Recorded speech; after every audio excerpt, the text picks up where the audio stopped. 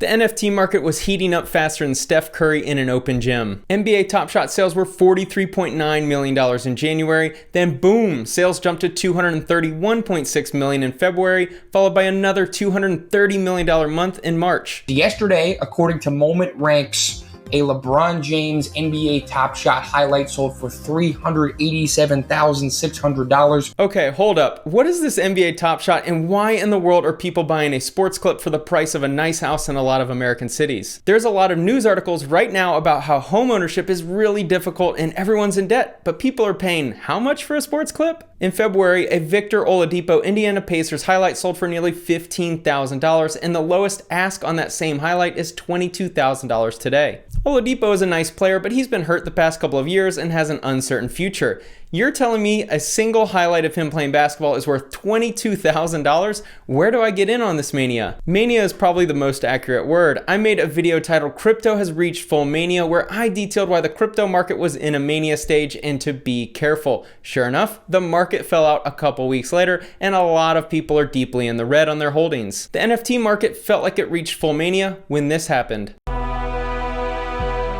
This is a digital art piece by Mike Winkleman, one image for each 5,000 days. known as Beeple to his 1.8 million Instagram followers. For the past 13 years, he's been creating an image every single day. And now he's combined these pictures, creating one massive digital artwork entitled Every Day is the First 5,000 Days. Within the first hour of the auction going live, it reached $1 million, eventually selling for an eye-watering $69.3 million. Whoa, $69 million for digital art. I'm not a gatekeeper for what something is worth, but wow, does that feel like a crazy price for something that doesn't have similar sales. If 3 years ago a similar piece of art went for $55 million, then yeah, it's probably worth that. With no similar sales, how can someone justify spending that much money? The way I see this sale is like someone buying a completely custom $69 million house in a rural area where very few people live.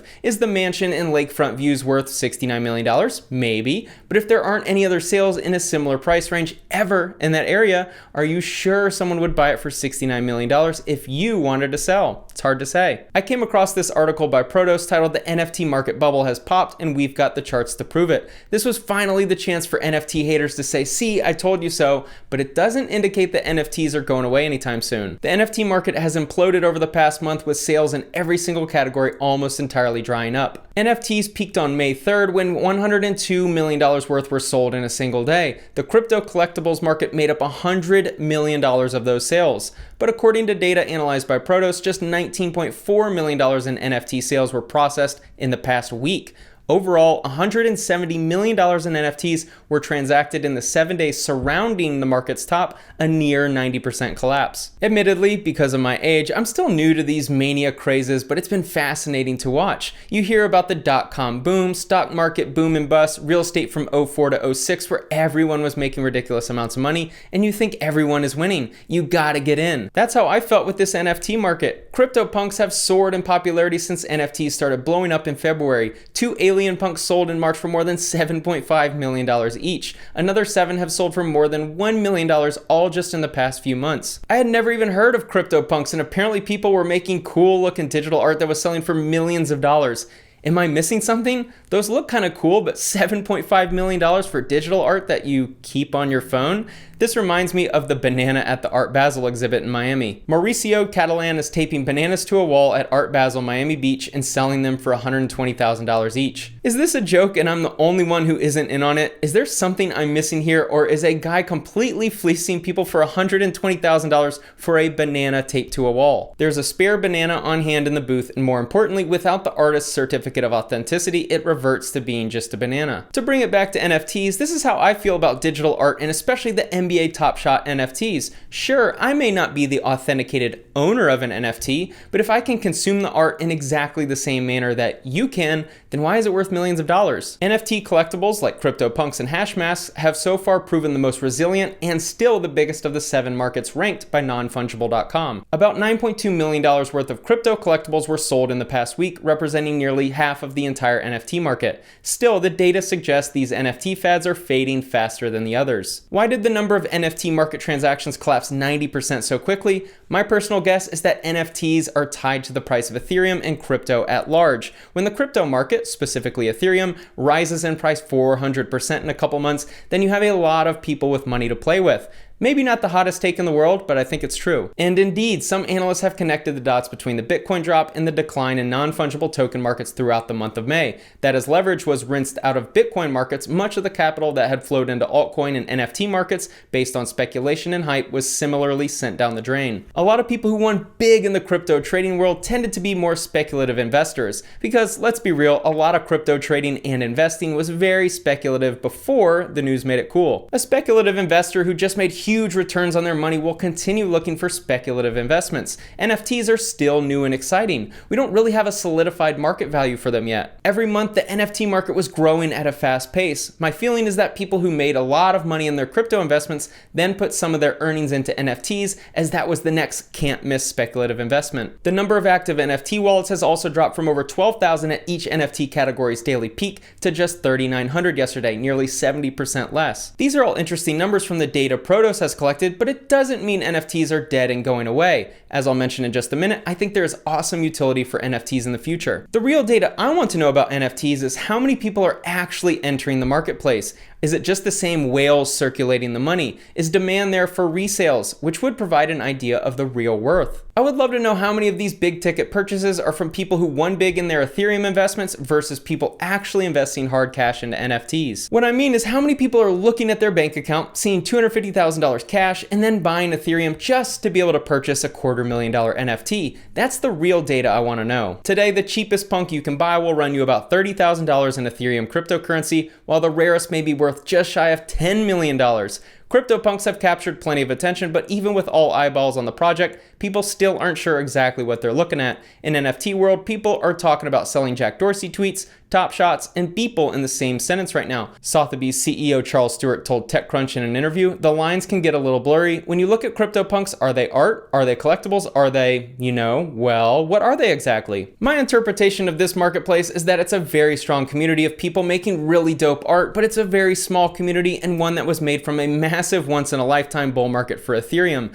Ethereum will likely be a strong investment, but the days of making 10,000% in 2 years are over. I personally think a lot of people entering this marketplace are going to be buying items that just aren't worth anywhere close to what they paid. Athletes and famous entertainers face this problem a lot. They buy a super custom, over-the-top $10 million mansion with a large lot of land and it's worth $10 million. They paid cash, but the next buyer only wants it for $6 million, so that's what it's really worth, and the house sits on the market for 5 years. This speculation is largely predicated on a belief that they will have social and historical value. Andrew Miller, head of product marketing at Oasis Labs, told Finance Magnets. The value of artwork has always been based on social value. What do other people think this is worth? That's why I've always found the art marketplace to be pretty fascinating. I personally don't think anyone knows how to actually value art. It's all based on how cool you think you look when people visit your house. Want a perfect example? This video is really good insight into the art world in my opinion. This gentleman set up a stand full of Banksy original work signed by the artist. Banksy's art is some of the most desired and valued art in the world, and these pieces were selling for $60 each with room for negotiation. Most people walked right on by without even thinking twice that they were walking past the gold mine.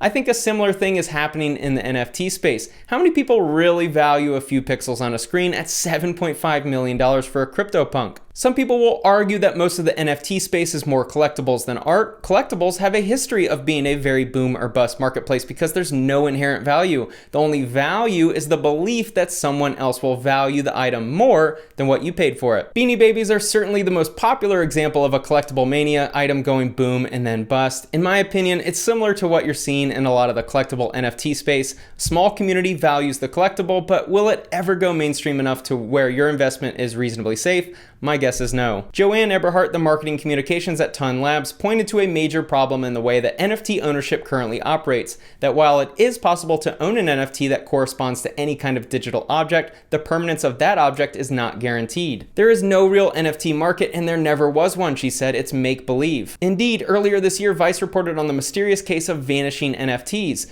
The article explained that when you buy an NFT, in most cases, you're not purchasing artwork or even an image file. Instead, you're buying a little bit of code that references a piece of media located somewhere else on the internet. As such, if that file is taken down by the powers that be, there is no guarantee that it will ever reappear. This brings me to the NBA Top Shot, which is one of the most popular collectibles in the NFT market. I love sports, so I think this is a really cool idea, but I just don't understand the value. Let me give you a concrete example.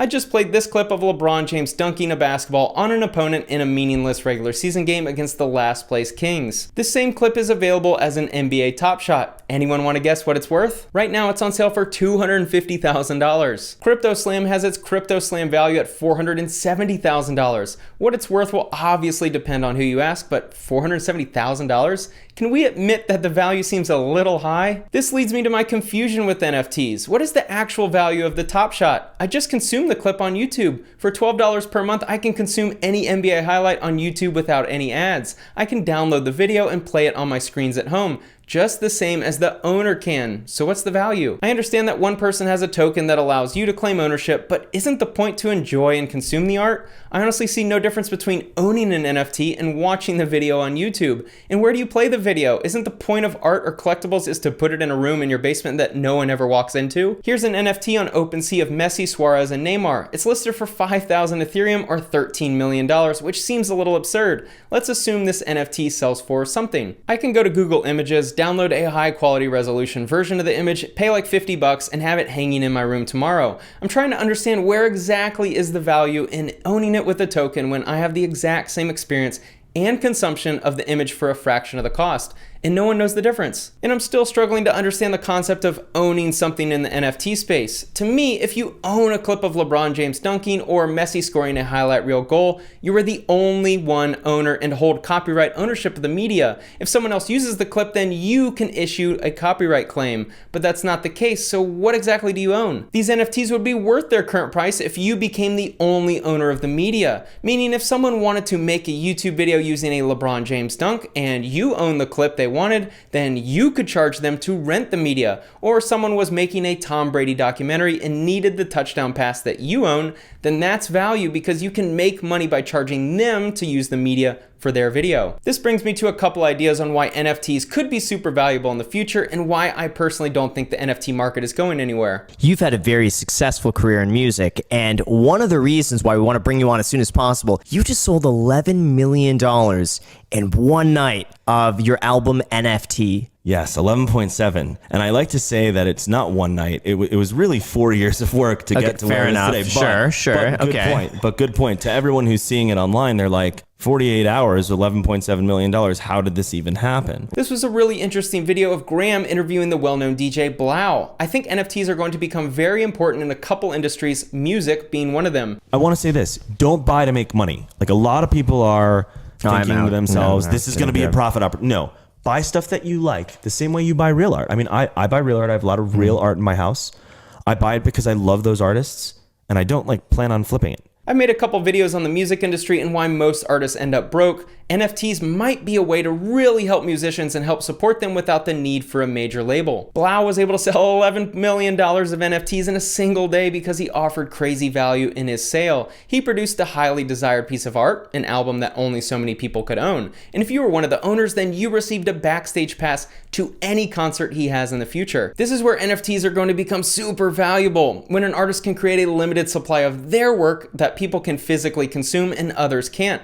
That's the key. Only so many people can play his album because they have the actual copy, and he offers backstage passes to any concert. Given that he plays in front of thousands of people, the demand for your token is already there. This reminds me of the Wu-Tang Clan album that was only one copy. Only one person has access to that album. Another highly valuable use of NFTs will be in ownership of specific sports clips. Imagine having ownership of the famous Michael Jordan and Kobe Bryant game-winning shot clips. If you were the only owner of those clips such that people had to pay you to use them in their documentaries or social media videos, then you have a valuable commodity. Now we're talking about value because you can verify ownership, you're one of one owner, and you can earn money for allowing people to use your NFT. The entire movie industry could do this as well. Imagine a studio selling off access to clips in their most well-known movies. They could charge YouTubers to use the clips in their videos. This could become a huge revenue stream if they earn a fraction of the revenue for each social media video using clips from their movies. It would be like the music industry earning their their percentage off of each stream on Spotify. What about a mentorship or mastermind group? Imagine a mastermind that only allows access to 50 people. You have to have a token in order to be a member. NFTs could be a way to verify your legitimacy or credibility and restricts or allows access into the group. And the biggest bonus of owning NFTs is the ability to claim royalties on any future sale. In some examples, someone selling an NFT of your album would trigger a small cut back to you, and these royalties exist on every sale. Just some interesting ideas. The NFT bubble may have burst, but it's not going away anytime soon. I'm excited where the space goes, as I think there will be some awesome value opportunities, especially for artists. I hope you enjoyed the video. Thanks for watching.